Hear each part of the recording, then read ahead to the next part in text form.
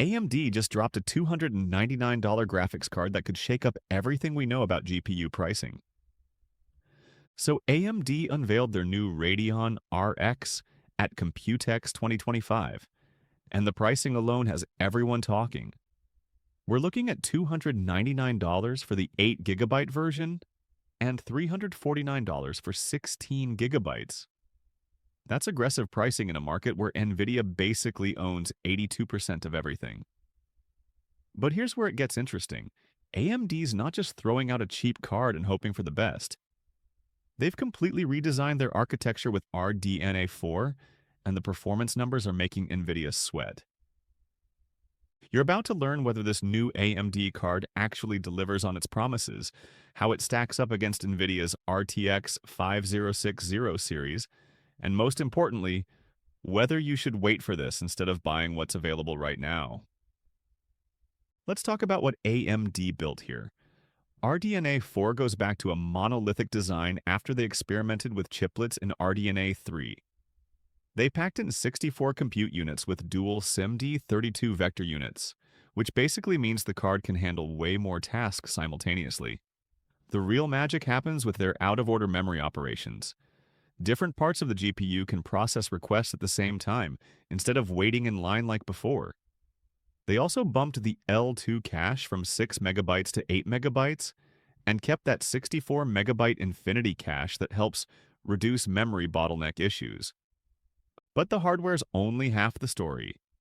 AMD knows they've been playing catch-up with NVIDIA's DLSS technology, so they're launching something called FSR Redstone. This isn't just another incremental update. It's 3 AI-powered features rolled into one. Neural radiance caching learns how light bounces around in your games and predicts where it'll go next, cutting down the performance hit from ray tracing.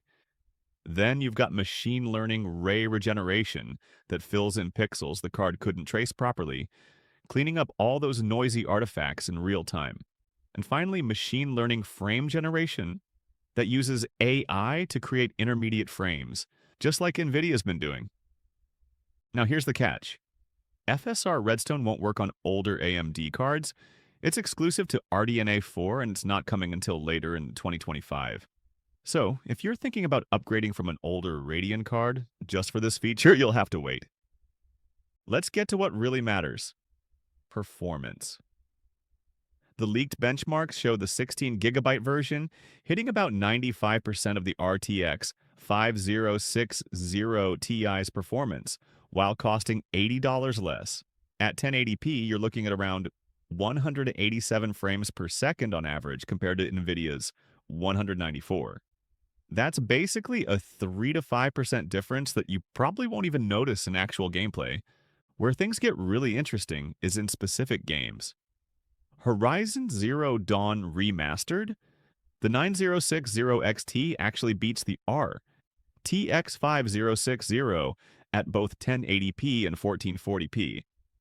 Those 16 gigs of VRAM RAM really show their worth when you're dealing with detailed textures and massive open worlds. Ray tracing performance used to be AMD's weak spot, but they've closed the gap significantly. The 9060 XT delivers about 90% of the 5060 Ti's ray tracing performance. Not bad for a card that costs less. Of course, it's not perfect.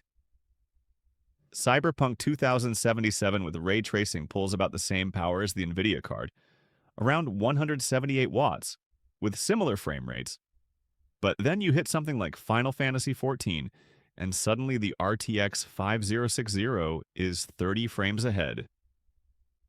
Game optimization still matters, and NVIDIA's had more time to work with developers. So should you get the 8 gigabytes or spend the extra $50 for 16 gigabytes? The performance difference is brutal in modern games. We're talking up to 50% better performance in titles like Horizon Forbidden West at 1440p. The 8 gigabyte model struggles with consistency. You'll see stuttering and frame drops even at 1080p medium settings in newer releases.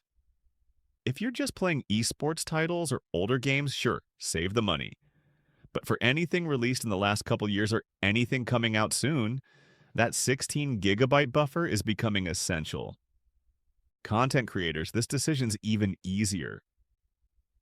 DaVinci Resolve shows the 16 GB variant crushing fusion effects 32% faster than the 8 GB model.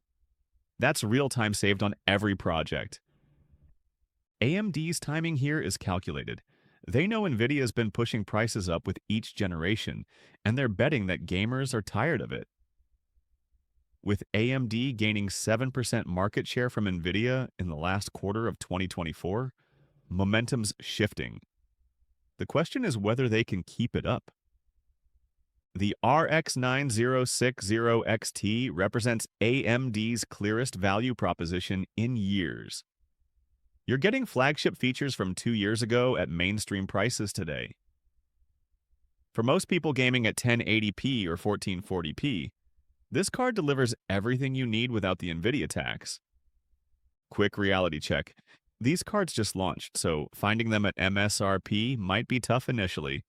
But if AMD can keep supply steady like they're claiming, this could be the card that makes high-end gaming affordable again. What resolution are you gaming at? And would you consider switching from NVIDIA to save some cash?